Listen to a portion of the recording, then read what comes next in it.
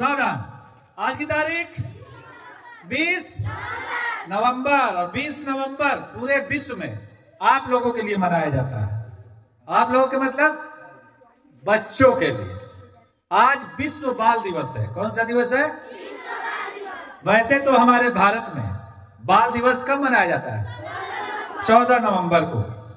किस उपलक्ष्य में मनाया जाता है? पंडित जवाहरलाल नेहरू जी की जयंती की खुशी, क्योंकि उन्हें बच्चों से बहुत लगाव था।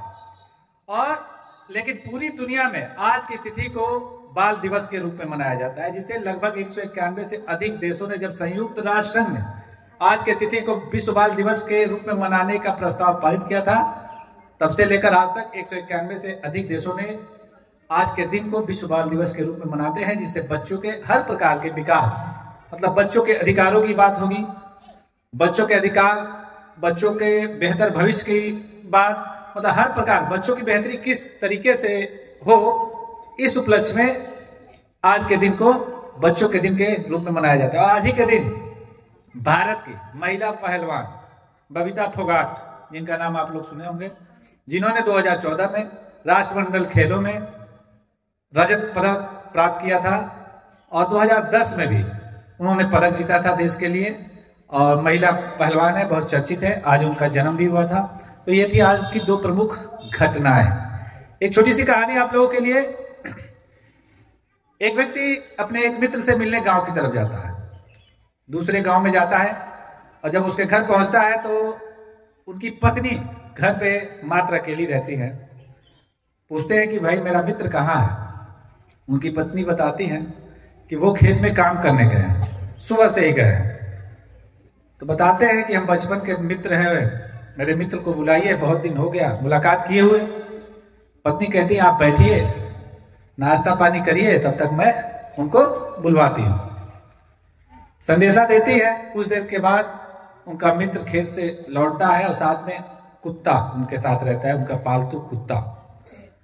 दोनों लोग जब पहुंचते हैं तो कुत्ता बहुत तेजी से हाँफ रहा होता है। तब उनका मित्र कुत्ते को देखकर आश्चर्यचकित होकर पूछते हैं, मित्र ये बताओ तुम्हारा खेत बहुत दूरी पे है क्या? उन्होंने कहा नहीं, पास ही में मेरा खेत है। तो फिर ये कुत्ता हाँफ क्यों रहा है? ये कुत्ता इतना थका क्यों है? मित्र जवाब देते हैं कि मैं बहुत ही निकट ही हूं, मेरा खेत यहाँ से बहुत निकट है मेरे घर से, और मैं भी उसी रास्ते से आ रहा हूं जिस रास्ते से कुत्ता आया है, यानी मेरे रास्ते से ही कुत्ता भी साथ साथ आया है। लेकिन कुत्ता जब आ रहा था तो रास्ते में उसको जब कुत्ते दिखाई दे रहे थे दूर दूर, तो उन कुत्तों को भौंकने लगता था और दौड़ दौड़ के भगाने लगता था। और ये क्रम चलता रहा, आगे बढ़ता रहा। फिर उसको कुत्ते दिखाई देते थे अगल बगल, फिर वो दौड़कर उसको भगाने के लिए भौंकता हुआ जाता था और भगाकर भोग भोग कर भगाता था, दौड़ता था। इस कारण मेरा कुत्ता बहुत ज्यादा थक गया है।